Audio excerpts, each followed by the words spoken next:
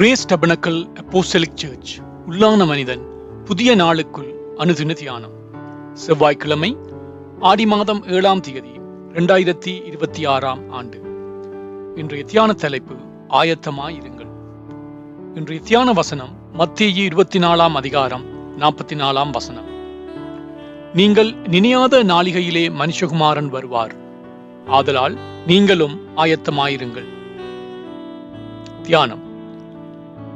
பரலோகத்தில் இருக்கிற நம்முடைய குடியிருப்பில் இருந்து கர்த்தராயிருக்கிற இயேசு கிறிஸ்து என்னும் இரட்சகர் வர எதிர்பார்த்து கொண்டிருக்கின்ற அருமையான விசுவாசிகளே, கிருபையின் நாட்களிலே வசித்து வரும் நாம் இந்நாட்களை சாட்டுப்போக்கின் நாட்களாகவும், பிள்ளைகள் பெற்றோரின் வழிகளையும் பெற்றோர் பிள்ளைகளின் வழிகளையும் நியாயப்படுத்தும் நாட்களாகவும் விரயம் செய்யாமல் அவருடைய நாளுக்கென ஆயத்தப்படுவதற்கென பிரயோஜனப்படுத்திக் கொள்ள வேண்டும்.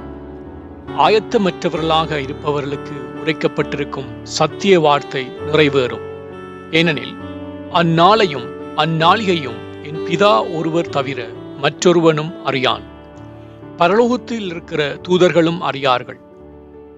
நோவாவின் காலத்தில் எப்படி நடந்ததோ அப்படியே மனுஷகுமாரன் வரும் காலத்திலும் நடக்கும். எப்படியெனில் ஜலப்பிரளயத்துக்கு முன்னான காலத்திலே நோவா பேழைக்குள் பிரவேசிக்கும் நாள் வரைக்கும் ஜனங்கள் புசித்தும் குடித்தும் பெண் கொண்டும் பெண் கொடுத்தும் ஜலப்பிரளயம் வந்து அனைவரையும் வாரிக்கொண்டு போகும் மட்டும் உணராதிருந்தார்கள். அப்படியே மனுஷகுமாரன் வரும் காலத்திலும் நடக்கும். அப்பொழுது 2 பேர் வயலில் இருப்பார்கள், ஒருவன் ஏற்றுக்கொள்ளப்படுவான், ஒருவன் கைவிடப்படுவான். 2 ஸ்திரீகள் இயந்திரம் அரைத்துக் கொண்டிருப்பார்கள், ஒருத்தி ஏற்றுக்கொள்ளப்படுவாள், ஒருத்தி கைவிடப்படுவாள்.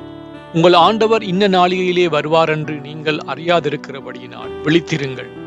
திருடன் இன்ன ஜாமத்தில் வருவான் என்று வீட்டெஜமானன் அறிந்திருந்தால் அவன் விழித்திருந்து தன் வீட்டை கன்னமிடவட்டான் என்று அறிவீர்கள். நீங்கள் நிலையாத நாளிகையிலே மனுஷகுமாரன் வருவார், ஆதலால் நீங்களும் ஆயத்தமாயிருங்கள் என்று கர்த்தராகிய இயேசு கிறிஸ்து கூறியிருக்கின்றார். மற்றவர்களை குறித்த கரிசனை அவசியமானது.